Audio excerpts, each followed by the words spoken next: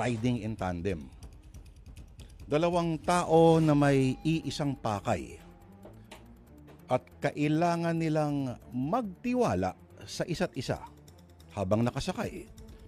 Kailangan may koordinasyon ang mga kilos nila at malinaw ang tungkulin ng bawat isa. Isang magmamaneho ng maingat, mabilis at eksakto. Isa namang hahablot ng bag o cellphone o babaril sa puntirya nito.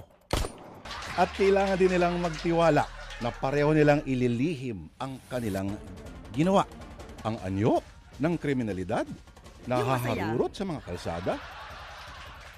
Ito ay walang mukha sa kahit anong kamera. Hindi rin makukuha.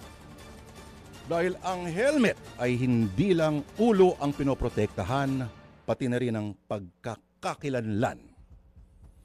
Ano man ang masamang pakay, pagnanakaw man o pagpatay, helmet ay hindi lang kasuotan para sa kaligtasan, ang helmet din ay maskara.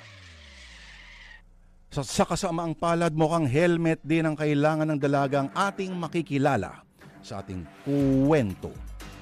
Dahil si Salve ay iibig sa isang lalaking may hindi kaaya-ayang trabaho. Anong trabaho yon, Manong Tip? At sa kanyang Prince Charming, ang kanyang Prince Charming nakasakay hindi sa kabayo kundi sa motorsiklo.